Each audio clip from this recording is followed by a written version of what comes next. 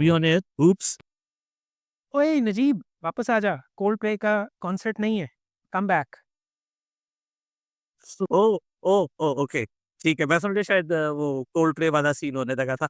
अस्सलाम वालेकुम नाज़रीन। मैं हूँ डॉक्टर नजीब आलम। और मैं हूँ doctor Siham Sikandar. Welcome to the second segment of the last time first episode, why get married. तो let's get started. I hope कि हम इस बार जो है चीज़ों को कवर कर सकेंगे। तो सिहाम, ओवर टू यू। जी नजीब, थैंक यू। सबको मेरा ढेरों सलाम।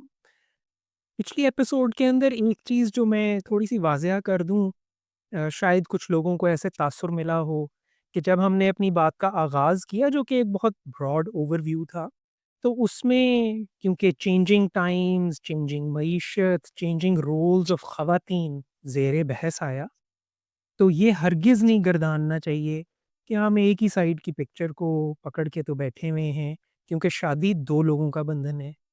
दोनों को मिल के उसके अंदर जितना मीठा डालेंगे चाय उतनी ही मीठी होएगी। तो ऐसा हरगिज़ नहीं है कि वी वर इम्बैलेंस्ड, और आज हम देखेंगे कि मर्दों में भी तब्दीलियाँ हैं, उनकी भी ऑब्जेक्टिव्स चेंज होते नज़र आ रहे हैं। तो आई थॉट कि हमें इस बात को रख लें पार्ट 2 करते हुए। और अगर आप मुझे इजाज़त दें नजीब, तो आज के जो सेगमेंट है उसमें हमने 3 मेन एरियाज़ को कोशिश करेंगे as briefly as possible explore कर सकें। एक तो सबसे बड़ा जो कि एक्चुअल सवाल है हमारे सेशन का, कि शादी क्यों करनी चाहिए? तो कितने नफ़लों का सवाब है ना जी, मुझको शादी करने की कोई वजह तो बताएँ। क्या वजह होनी चाहिए है? What should be my objective of getting married? तो इसको कवर करने की कोशिश करेंगे। दूसरा, अब अगर शादी हो गई है और आपने ऑब्जेक्टिव तय कर लिया था, और अब शादी में रहना कैसे है?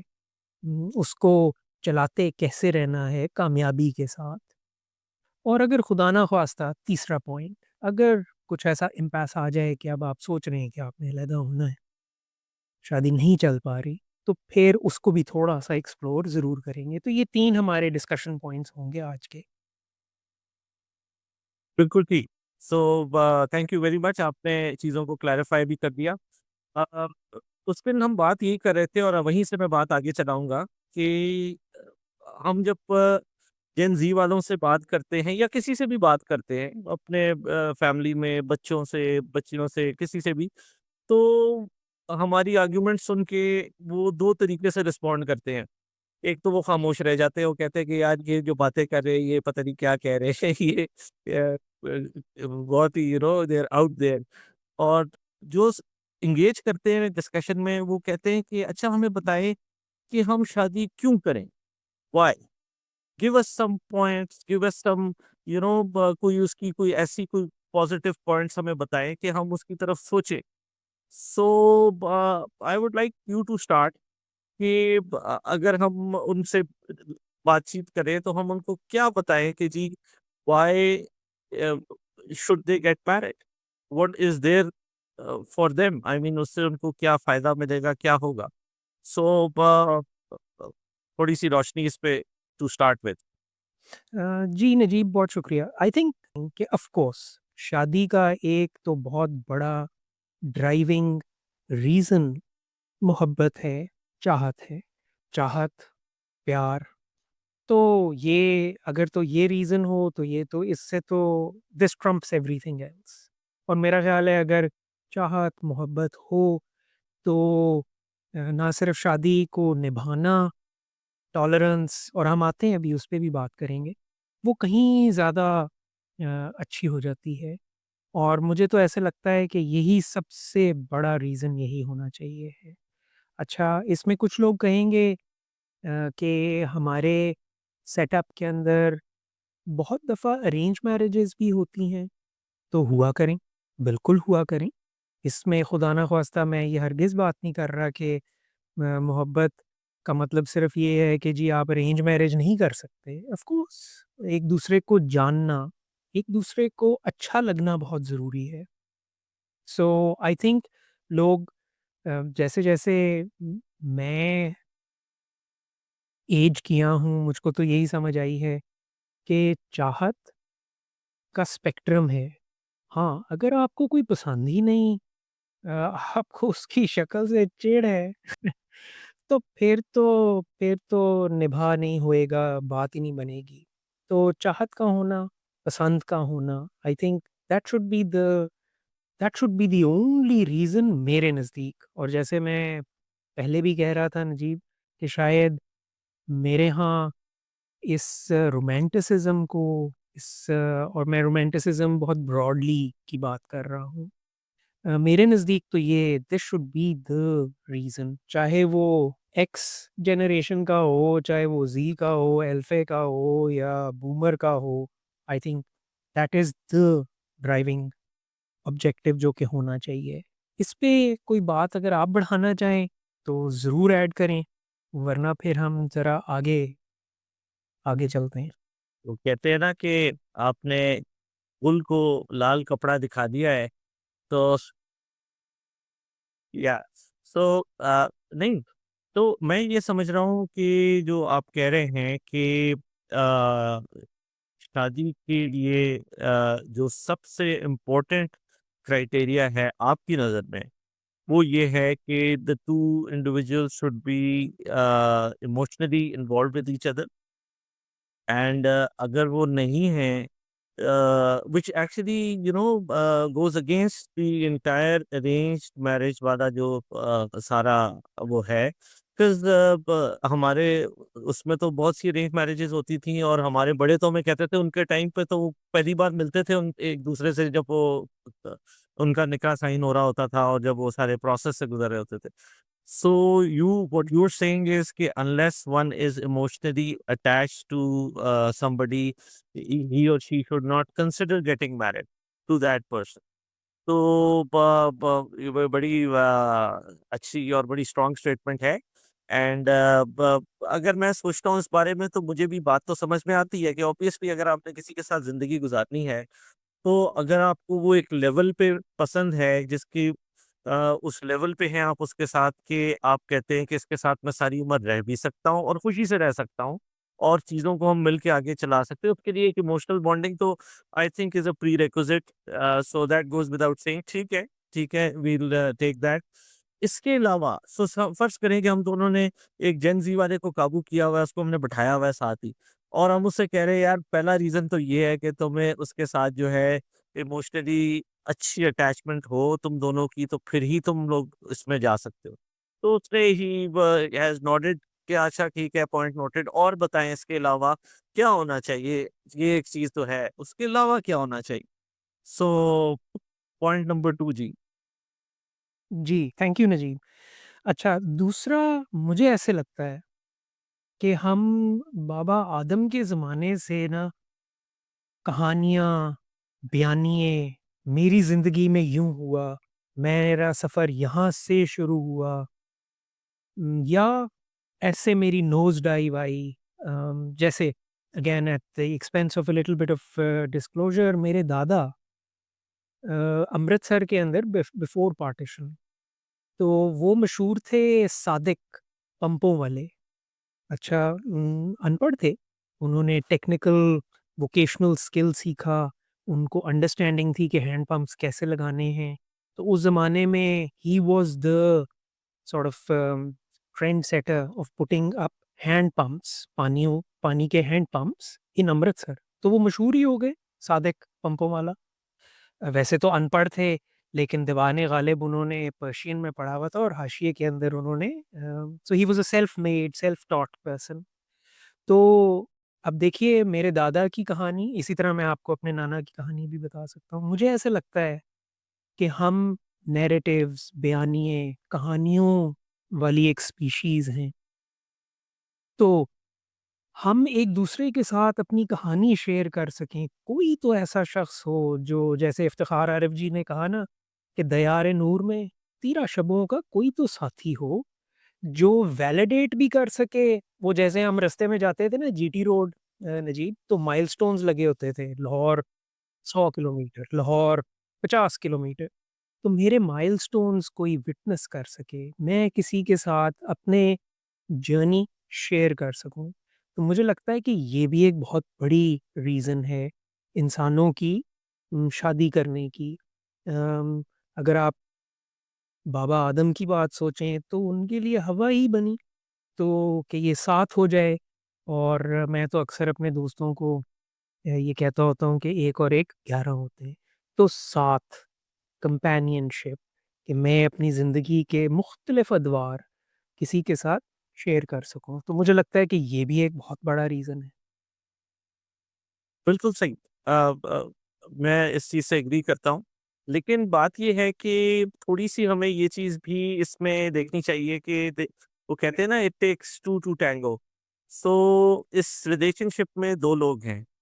तो हमारी तो लैंडमार्क्स वो हम उनको उससे दिखाएँ, बताएँ।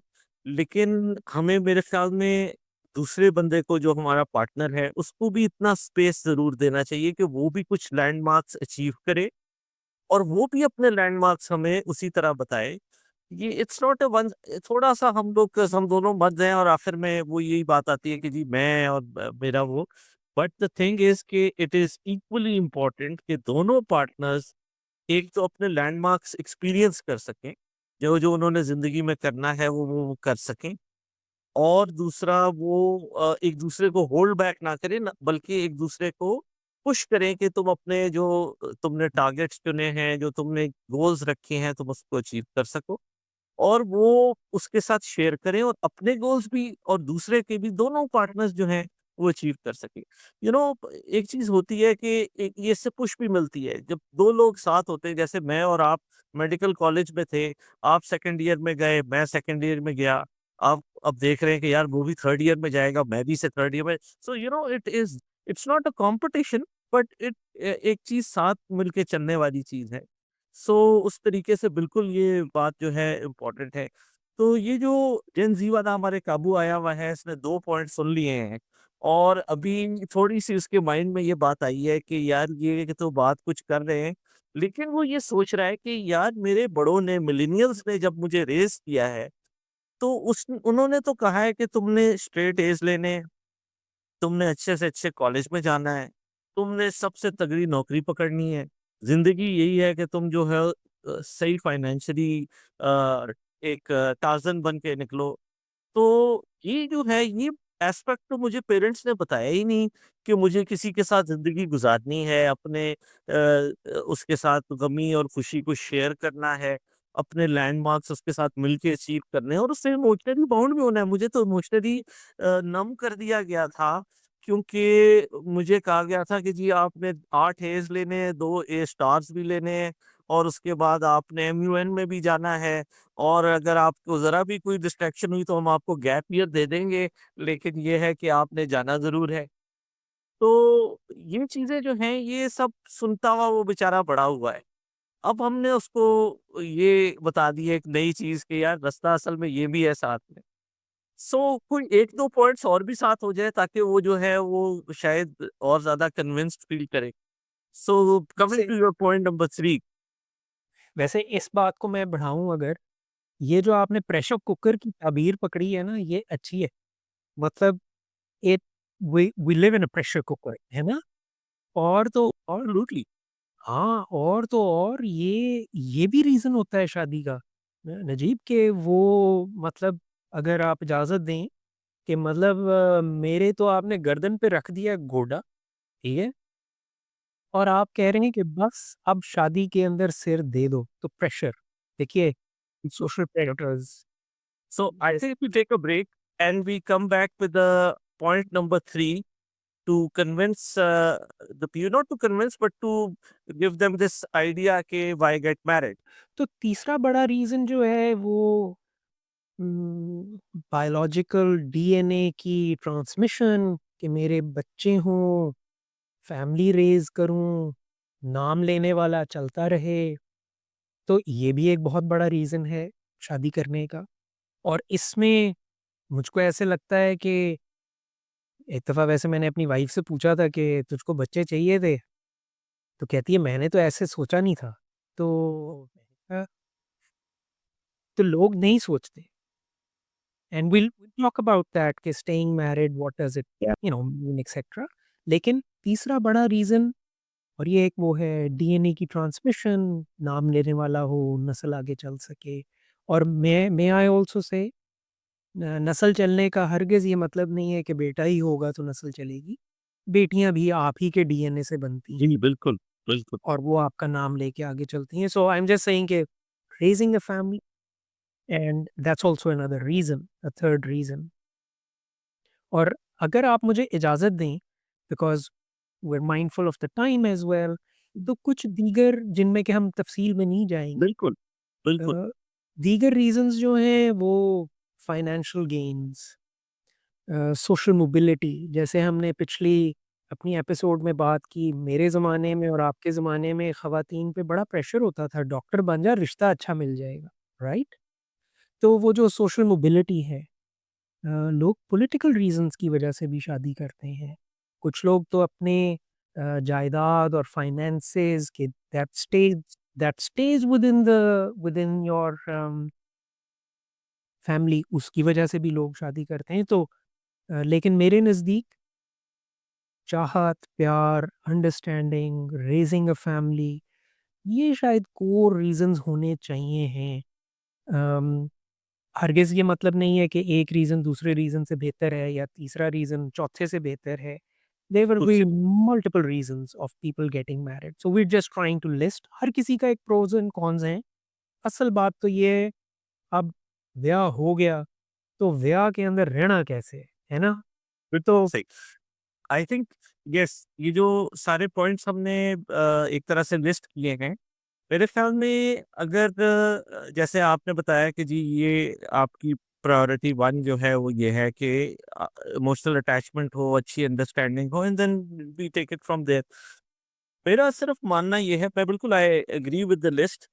सिर्फ ये है कि अगर मैं थोड़ा-सा इसको एक पॉइंट इसमें मज़ीद शामिल करूँ कि जो भी रीज़न हो हमारे पास शादी में जाने का, शादी करने का, वो रीज़न आई थिंक के दोनों पार्टीज़ को, लड़के को, लड़की को, इवन उनके पेरेंट्स को, 'cause हमारे यहाँ पूरा एक टब्बर शादी करता है। तो उस पूरे टब्बर को ये क्लैरिटी होनी ज़रूरी है कि ये हम इस चीज़ में क्यों जा रहे हैं, ठीक है? जैसे आपने कहा कि हम इस चीज़ को अच्छा या बुरा नहीं कहेंगे कि किस रीज़न से शादी की है। It can be a political reason, it can be a social reason, it can be pressure from the family, anything. But it should be made clear to both the partners कि this is the reason, ताकि उनकी expectations जो हैं as relationship से, वो वैसे ही रहें। मैं कई बार लोगों से बात करता हूँ, मैं कहता हूँ जी कि वो लड़की कहती है कि जी मैंने उसको पसंद किया 'cause वो बहुत अच्छी एक स्पोर्ट में बहुत अच्छा था, क्रिकेट बहुत अच्छा खेलता था या ये था। लेकिन अब वो जब मेरी उससे शादी हो गई तो वो मुझे समझ नहीं आता, वो सारे दिन जो उसकी बातचीत है वो मुझे अजीब-सी लगती है। मैंने कहा तुमने उससे सिर्फ क्लैरिटी में लाना था कि तुम्हारे क्रिकेट की वज़ह से मैं शादी करी हूँ, तो तुम मुझे क्रिकेट खेल के दिखाते रहो। यानी द थिंग इज़ कि whatever the primary reason is for somebody is getting married और somebody is living with somebody should be made clear to the other person, दोनों को ये चीज़ क्लियर हो। So that is what I wanted to add. And I think एक छोटी सी break लेते हैं and when we come back, एक बहुत ही इम्पोर्टेंट एस्पेक्ट जो आपने आखिर में बात की है कि ये शादी हो गई, अब तो कूद पड़े हम इसमें, वो क्या कहते हैं, आग के दरिया में। तो अब आगे इसको चलाने के लिए क्या चीज़ें होंगी जिनको हमें माइंड में रखना चाहिए? So I think that would be a very interesting small segment. अब इस सेगमेंट में हम बात करेंगे कि एक लड़के ने एक लड़की ने एक दूसरे को सिलेक्ट कर लिया एंड दे हैव डिसाइडेड कि they will get married.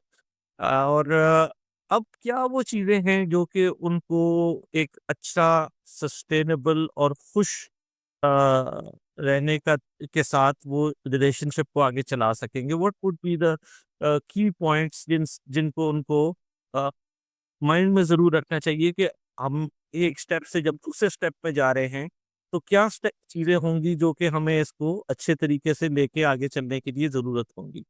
So again Seham, over to you. Hmm, thank you Najeeb. I think हमारे सुनने वाले शायद वाक़ई चाहेंगे कि कोई व्हाट्स द रेसिपी या वो गिदड़ सिंगी क्या है? हुँ, तो पहला तो डिस्क्लेमर ये है कि कोई एक गिदड़ सिंगी नहीं है। पहला डिस्क्लेमर ये है कि इट्स अ 24/7 जब आपने किसी मामले को, किसी रिश्ते को निभाना है, तो वो जैसे शहज़ाद रॉय कहते हैं ना कि सोने दो, ये किसी ज़रूरी काम से सो रहे हैं, इन्हें मत जगाओ। तो ऐसे नहीं हो सकता कि आप ऑटो पे छोड़ दें, ठीक? आपको हर वक़्त कोशिश यही करनी है कि आप हाज़िर रहें उस रिश्ते के अंदर और उसकी ज़रा नोक पलक की तरफ ध्यान रखें। तो पहला तो डिस्क्लेमर ये है। सो अगर if you are going to disappoint somebody कि भई ले इन्होंने तो कोई दस गल ही नहीं दसी है, ये क्या बात हुई? कोई हमें उन्होंने गिदड़-सिंगी नहीं बताई। मेरा अपना ज़ाती ये राय है नजीब के एक लफ़्ज़ मैं बोलूँगा और वो क्योंकि मुझे बड़ी ज़ोर से आता है ज़हन के अंदर और उसको थोड़ा-सा खोलेंगे भी कोशिश करते हैं खोलने की भी।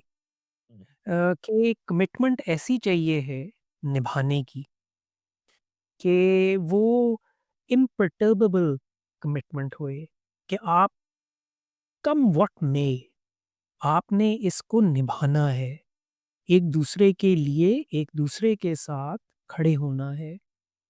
मैंने शायद पिछले सेगमेंट में अपनी पर्सनल लाइफ से एक एग्जांपल दी कि स्पेशलाइजेशन के इम्तिहान दे रहा था, तो माय वाइफ सेड कि हम कम कमा लेते हैं, तुम एक नौकरी छोड़ो, 3 जगह काम कर रहे हो, तालीम अपनी sit for your exam, prepare properly. तो ऐसे कुर्बानियाँ, कॉम्प्रोमाइज़, लेटिंग गो अपनी ईगो को ज़रा मद्धम रख के चलते रहना ये सबसे इम्पोर्टेंट कमिटमेंट का हिस्सा है। वरना पता है क्या होता है नजीब, मैंने बहुत शादियाँ देखी हैं करीब से अपने बड़ बुज़ुर्गों की भी और अपने हम उम्र लोगों की भी। लोगों को समझ नहीं आती उनकी शादी के अंदर ना बिटरनेस आ जाती है।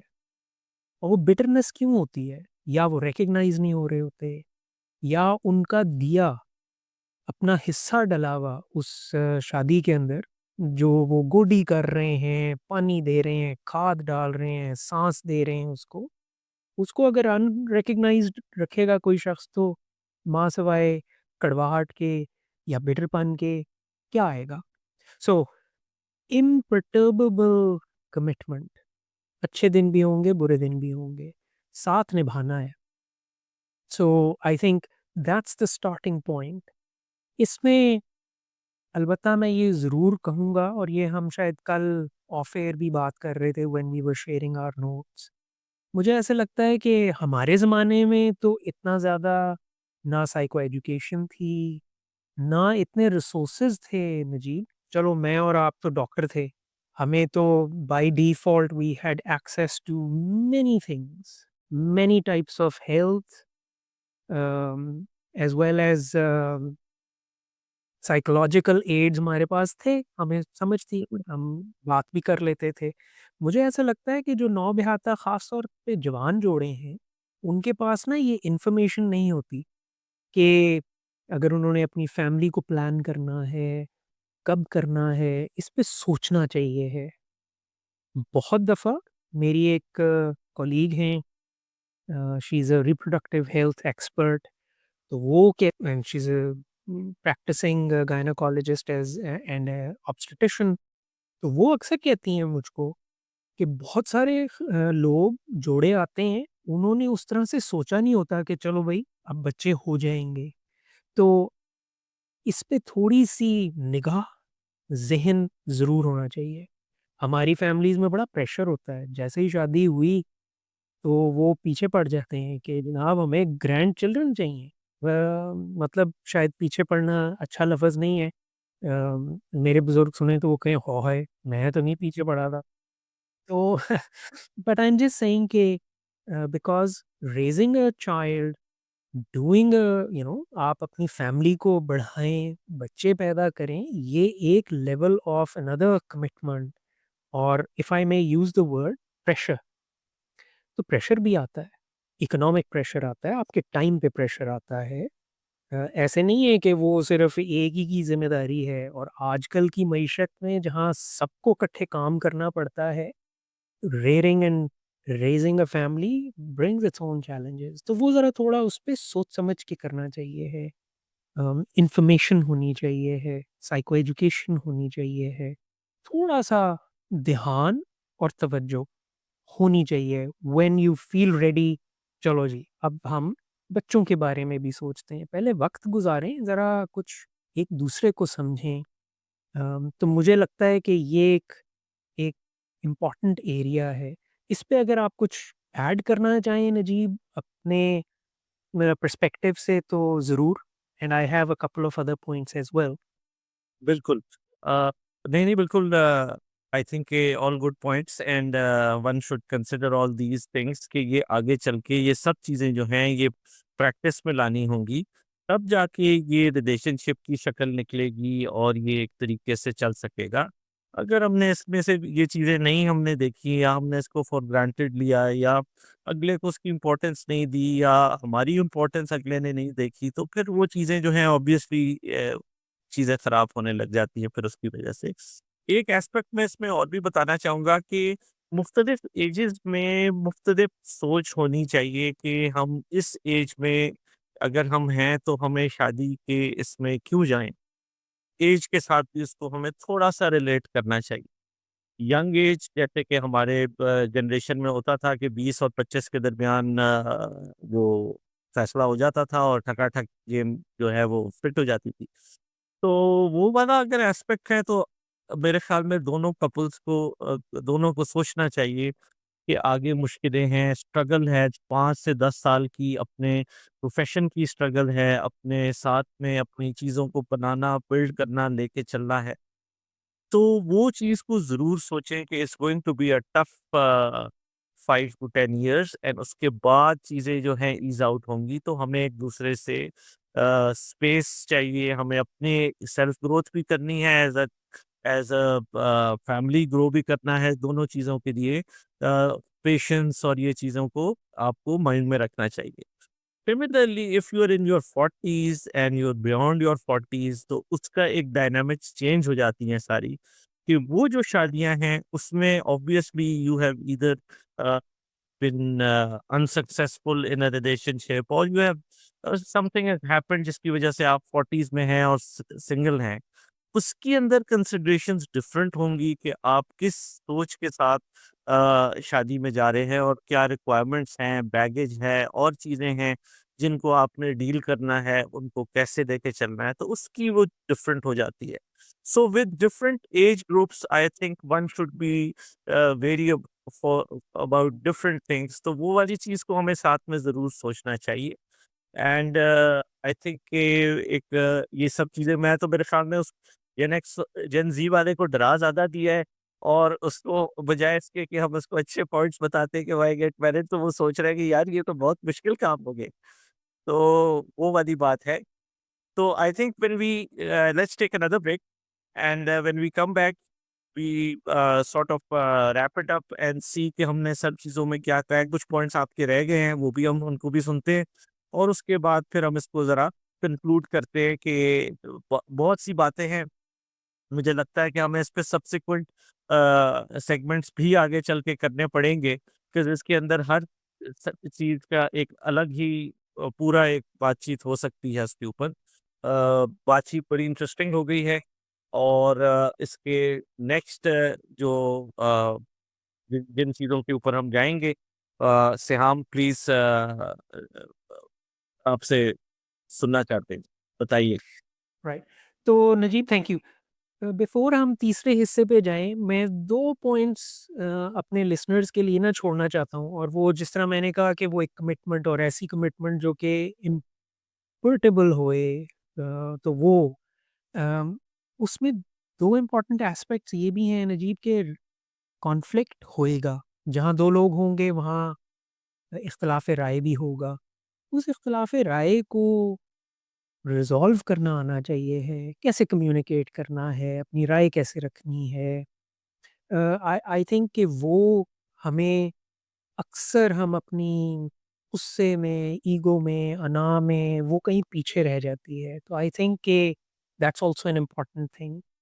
और जैसे मैं कल बात कर रहा था, मुझे ऐसे एहसास होता है कि ज़िम्मेदारी और हक, इन दोनों का ना ये हमेशा, क्योंकि मेरे कुछ हकूक भी हैं, लेकिन मेरी कुछ ज़िम्मेदारियाँ भी हैं। इसका बैलेंस मेंटेन्ड रहना चाहिए है। हमेशा ये पस-मंज़र में भी दोनों चीज़ें होनी चाहिए और फ़ोरग्राउंड में भी रहनी चाहिए। तो आई थिंक कि this is also an important thing.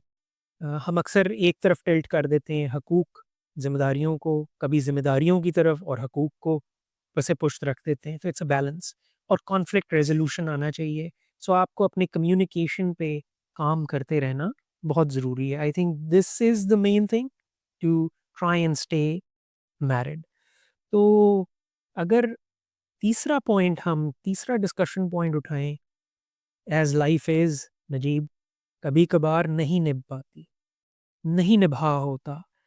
तो शादीशुदा कपल सोचता है कि भई the stress is too much, नहीं निभ रही, नहीं चल रही, तो दे पार्ट वेज़। तो that's the third area, we'll very briefly touch upon that.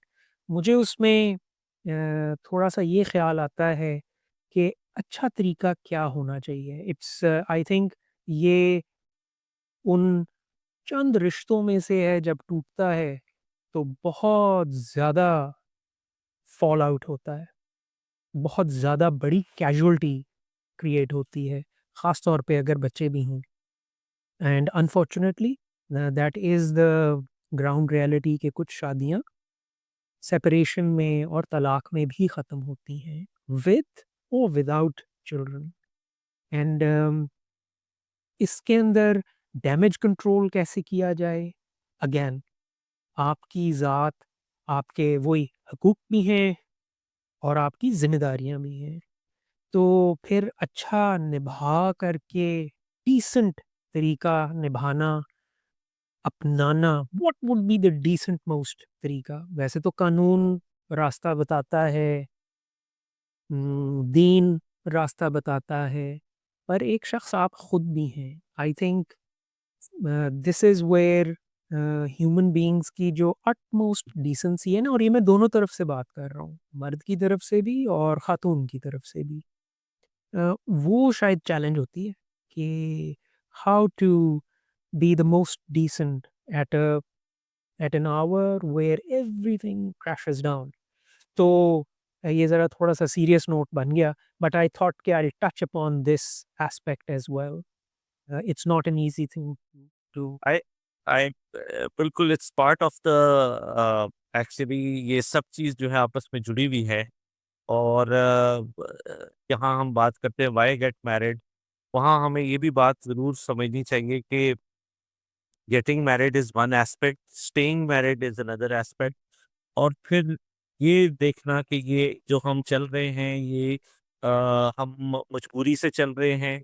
इतनी मजबूरी है कि हम इसको वाक़ई अपनी जो एक ज़िंदगी मिली हुई है, उसमें हम ये मजबूरी उठाते रहें या हम इससे निकलें। अगर हम निकलेंगे इससे बाहर तो आया हमारी ज़िंदगी बेहतर होगी या और ख़राबी में चली जाएगी। कई लोग इतने वो हो जाते हैं जज़्बाती तो मैं नहीं कहूँगा, लेकिन इतने ओवरवेल्म हो जाते हैं रिलेशनशिप में कि जब वो बाहर आते हैं तो वो देखते हैं कि अब तो हमारी लाइफ़ जो है वो पिछली उससे भी ख़राब उसमें चले गए। लेकिन ऐसे भी लोग हमें बहुत नज़र आते हैं जो कि एक बैड मैरिज में फँसे हुए हैं और वो नहीं निकल सकते क्योंकि उनको जो उसके निकलने के बाद के प्रॉस्पेक्ट्स हैं वो और भी खतरनाक और बुरे लग रहे होते हैं। सो एक बहुत ही एक मेरे ख़्याल में एक ऐसा वो बन जाता है इंसान के लिए कि जिसमें tough decisions, timely decisions, bold decisions लेना बहुत ज़रूरी होता है। और आई थिंक कि हमें एक इस पे पूरी एक बैठ के एक सेगमेंट एक एपिसोड करना चाहिए कि क्या रीज़न्स हैं जिनकी जो जहाँ पे हम ये कह दें कि जी okay this calls for a breakup, this calls for a you know रास्ते अलग कर लिए जाएँ। तो वो क्या-क्या चीज़ें हैं जिनके ऊपर हमें ये करना चाहिए और उसको करने से पहले क्या चीज़ें कंसिडर करनी चाहिए? कि जब हम इससे निकलेंगे तो हम एक ऐसी सोसाइटी में रहते हैं जहाँ हर तरफ लोग इंतजार में हैं कि हमें इनकी कोई बात पता चले तो हम इनको इनके ऊपर हर किस्म की बम्बार्डमेंट कर दें। तो वो ऐसे माहौल में रहना, कई लोग मैंने देखा है कि आफ्टर देयर डिवोर्स वो मुल्क से ही भाग जाते हैं, छोड़ देते हैं, कहते हैं यार यहाँ पे तो ताने सुन सुन के ही हम हो जाएंगे। तो ये सब जो है ये चीज़ें हमें मेरे ख्याल में इनको भी आगे डिस्कस करने की ज़रूरत है। मेरे ख्याल में आज हमने जो बात की है वो काफ़ी फ़ोकस्ड थी। हमने नई नस्ल को और अपने दोस्तों यारों को ये बताने की कोशिश की कि why should we get married, what are the reasons, and once we are married how do we stay in that relationship happily, and उसको हम लेके आगे कैसे चलते हैं। सिनाम मेरे ख्याल में हमें इजाज़त लेनी चाहिए इससे पहले कि जेनज़ी वाले जो हैं वो फ़ोन खोल के और कोई गेम खेलना शुरू कर दें और वो हमें म्यूट करके कुछ और अपनी एक्टिविटीज़ शुरू कर दें। तो नाज़रीन, आई होप कि आपको हमारी बातचीत पसंद आई, और आई ऑल्सो होप कि जो नई नस्ल है उसने अपने मोबाइल फ़ोन्स में दोबारा से वो घुस नहीं गए और उन्होंने हमारी बातें कुछ सुनी, और वो कहते हैं ना, वो एक शक्ल बना के कहते हैं नई नस्ल वाले कि व्हाटएवर, तो वो वाली सीन तक हम उनको नहीं लेके गए। तो नाज़रीन, अपना ख़्याल रखिएगा और हमारे अगले सेगमेंट्स और अगली टॉपिक्स में ज़रूर आके हमारे उसमें शामिल भी हों और हमें अपनी राय से भी आगाह करें, और हमें आपका जो फीडबैक है वो बहुत इम्पोर्टेंट है हमारे लिए। So do keep commenting on the videos that we post on YouTube, और अपना ख़्याल रखिएगा। इंशाल्लाह फिर मिलते हैं। Dr. Najib signing out from Rawalpindi, Islamabad, and Dr. Seham from UK. अपना ख्याल रखिए। बहुत शुक्रिया। अस्सलाम वालेकुम।